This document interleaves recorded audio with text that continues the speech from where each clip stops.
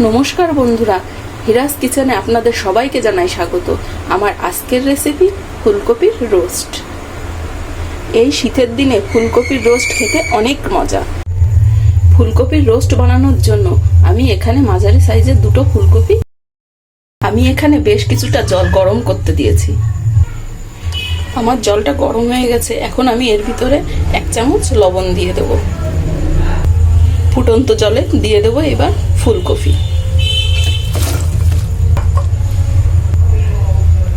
আমি ফুলকপিগুলো 2-3 মিনিট ঢেকে ভাপিয়ে নেব। ফুলকপিগুলো 50% সিদ্ধ করে নিতে হবে। খেয়াল রাখতে হবে যেন বেশি সিদ্ধ হয়ে না যায়। এবার আমি ফুলকপিগুলো তুলে নেব। এবার আমরা একটা স্পেশাল মশলা তৈরি করে নেব। তার জন্য এখানে দেব 3 চামচ টক দই,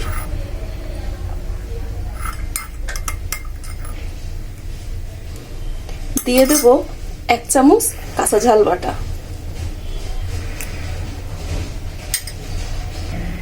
1 চামচ জিরা বাটা, জিরা গুঁড়া, আধা চামচ গোলমরিচ গুঁড়া, আধা চামচ লঙ্কার গুঁড়া, আর দিয়ে দেব আগে থেকে তৈরি করে রাখা কাজু বাদাম ও কিশমিশের পেস্ট। এটাকে আমি ভালোভাবে মিশিয়ে নেব। মশলাটাকে খুব সুন্দরভাবে মিশিয়ে নিতে হবে। আমি এখানে কড়াইতে তেল দিয়ে কিছু পেঁয়াজ বেরেস্তা ভেজে নেব। পেঁয়াজগুলো আমার ভাজা হয়ে গেছে। এবার আমি এগুলোকে উঠিয়ে নেব। এবার এই তেলে দিয়ে দেবো আমি গোটা গরম মশলা, দিয়ে হালকা করে নাড়ব। এই পর্যায়ে দিয়ে দেব আধা কাপ পেঁয়াজ বাটা,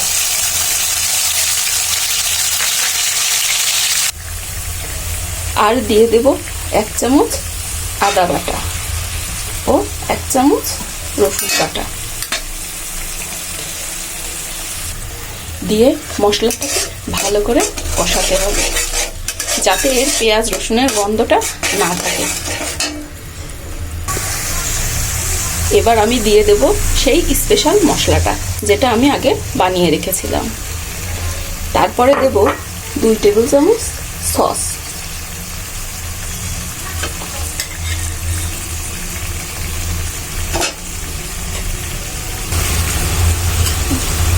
দিয়ে দেব 1 চামচ চিনি। আপনারা আপনাদের স্বাদ অনুযায়ী দিতে পারেন। দিয়ে দেব স্বাদ মতো লবণ।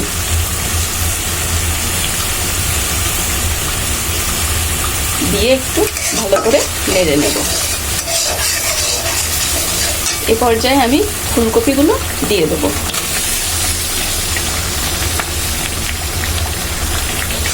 এবার ফুলকপিগুলো খুব ভালোভাবে কষিয়ে নিতে হবে যতক্ষণ না পর্যন্ত এর থেকে তেলটা বেরিয়ে আসে।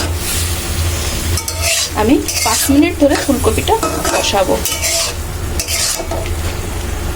আমার ফুলকপি কষানো হয়ে গেছে। এখন আমি দিয়ে দেব আধা কাপ নারকেলের দুধ।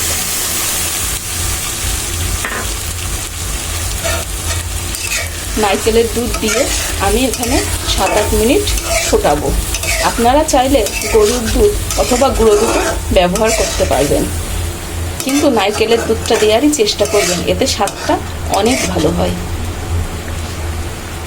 এবার আমি ঢাকা দিয়ে রেখে দেব 7-8 মিনিটের জন্য।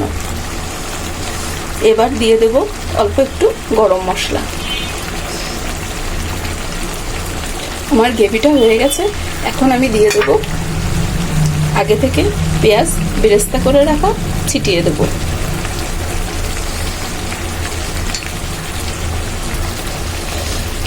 আমার ফুলকপির রোস্ট হয়ে গেছে। দেখুন কতটা সুন্দর হয়েছে। আপনারাও বাসায় ট্রাই করে দেখতে পারেন। আশা করি আপনাদেরও ভালো লাগবে। এবার আমি পরিবেশন করব। আমার এই রান্না যদি আপনাদের ভালো লাগে তাহলে বাসায় অবশ্যই রান্না করবেন, আর কেমন হয়েছে আমাকে কমেন্ট করে জানাবেন। আবার দেখা হবে নতুন রেসিপি নিয়ে। ভালো থাকুন।